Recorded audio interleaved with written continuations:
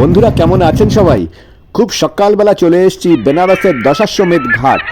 প্রাচীনতম শহর বেনারসের সকালবেলার অন্যতম আকর্ষণ ছিল উস্তাদ বিসমিল্লাহ খানের শেহনাই। ভোরবেলা গঙ্গাবক্ষে শেহনাইয়ের এক অসাধারণ কনসার্ট হতো, কিন্তু এখন যেহেতু সে সুযোগ নেই, তাই গঙ্গায় বোট ভাড়া করে পাখিদের মাঝে চলে এলাম। ভোরবেলার নৌকো বিহার শুধু ভালো লাগবে নয়, এই নৌকোয় আপনি পাখিদের মাঝে এক অসাধারণ সময় কাটাতে পারবেন। সঙ্গে এক্সট্রা পাওনা এখানকার 64টারও ওপরে নানান ঘাট রয়েছে, সেই ঘাটগুলোও দেখতে পারবেন।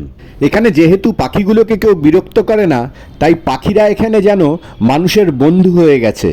আপনার নৌকোর আশেপাশেই অজস্র পাখি ঘুরে বেড়াবে এবং পাখিদের এই আড্ডার মাঝে এসে না পড়লে বুঝতেই পারতাম না কি অসাধারণ অনুভূতি। একবার চলেই আসুন তাহলে। মণিকর্ণিকা ঘাট, অসি ঘাট, জৈন ঘাট, হনুমান ঘাট, এরকম অনেক ঘাট রয়েছে এখানে। চারিদিকে গঙ্গা স্নান তো চলছেই, আর আপনি চাইলে পকেট পারমিট করলে গঙ্গার ঘাটে অসাধারণ সব হোটেল আছে, যার জানলা থেকে অসাধারণ এই গঙ্গার ভিউ আপনি সারাদিনই বসে দেখতে পাবেন। গঙ্গার এই পাড়টায় ভিড় থাকায় ওই পাড়ে গিয়ে স্নান কমপ্লিট করে ফেরার সময় হয়ে গেল। বৈদেশিক স্থাপত্যের ছোঁয়ায় ভরা প্রাসাদসম বাড়িগুলি আপনার চোখ টানবেই। সবাই আমরা পড়ে নিলাম। এখানে টিকা তিলক হলো আমাদের, আরেকজনের চলছে তিলক, মহাদেব মহাকালের তিলক।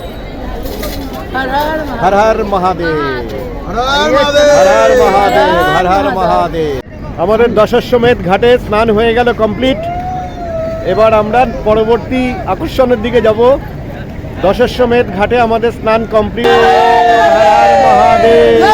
পাখিদের সঙ্গে আড্ডা, ঘাট দর্শন, পুণ্য স্নান সবই তো হলো, কিন্তু এই ঐতিহাসিক প্রাচীনতম শহরের আনাচে কানাচে রয়েছে অনেক দর্শন, ইতিহাস ও গল্প। সেই গল্পের নীরব সাক্ষী হয়ে যুগ যুগ ধরে বয়ে চলেছে রাম তেরা ইয়ে গঙ্গা। বাঙালি জীবনে সত্যজিৎ রায়ের ছবিতেই বলুন বা সুনীল গঙ্গোপাধ্যায়ের উপন্যাসে, এই গঙ্গার ঘাটের কথা ছত্রে ছত্রে বাঙালি জীবনে জড়িত। তাহলে একবার ঘুরে যাবেন নাকি বেনারসের ঘাট?